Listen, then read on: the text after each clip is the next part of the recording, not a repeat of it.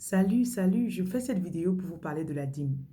La dîme, c'est quoi? C'est 10% de ton revenu si tu as un business et vous devriez tous avoir un business. C'est 10% de ton profit. Bon, la dîme peut varier, mais le minimum, c'est 10%. Il y a des personnes qui ont parfois, qui payent 20%, 15%. Il y en a qui ont fait un engagement avec Dieu. Je vais te donner 40% de mon revenu et ce sera la dîme. Donc, la dîme est différente de l'offrande. L'offrande, c'est ce que ton cœur veut donner en plus de la dîme. Donc, ce que je conseille généralement, c'est de donner 10% de dîme, 5% d'offrande. Et puis après, le reste d'argent, vous répartissez avec vos dépenses de la maison. Donc, 10%. Les offrandes, on a dîme, 10%. Offrande, généralement 5%. Et on a ce qu'on appelle le salaka. Le salaka, c'est-à-dire, je viens de faire un travail spirituel. J'ai jeûné, j'ai prié, j'ai demandé quelque chose à Dieu. Et je vous conseille de faire vos jeûnes. Voilà, il reste 7 jours dans l'année. Faites le jeûne pour les 7 jours qui sont en train de venir là. Peut-être 2, 3 jours, 7 jours. Les chiffres 3 et 7, généralement, spirituellement, sont les chiffres clés.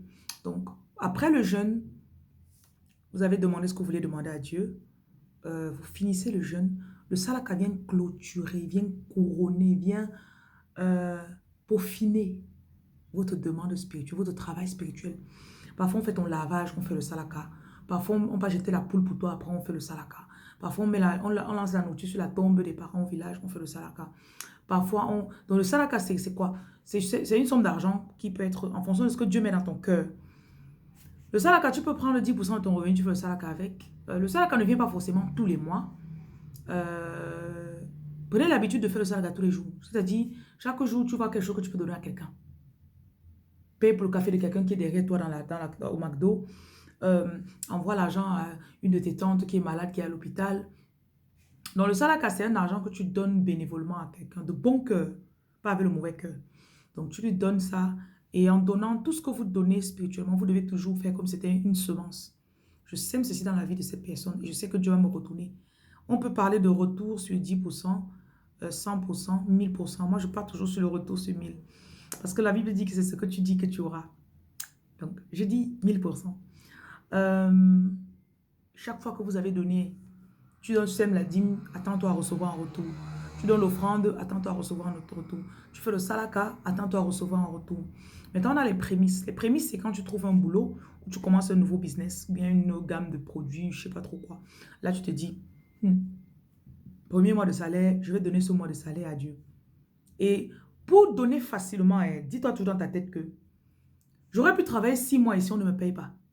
J'allais toujours payer le transport pour aller au boulot. J'allais toujours faire ceci, faire cela. Mais Dieu a permis qu'on me paye. Donc, je vais me sacrifier le mois-ci. Vous allez voir que quand vous pensez comme ça pour investir, moi, je pense que le don spirituel, c'est de l'investissement. Quand je pense plutôt que si on ne me donnait pas, je n'allais pas avoir. Ou bien tu ouvres le shop le matin, Dieu te met à cœur, fais un don, fais un don. Tu te dis, non, je n'ai même pas d'abord d'argent. Je n'ai pas l'argent. Dis-toi plutôt, si je ne donne pas l'argent, je ne vais pas avoir de clients.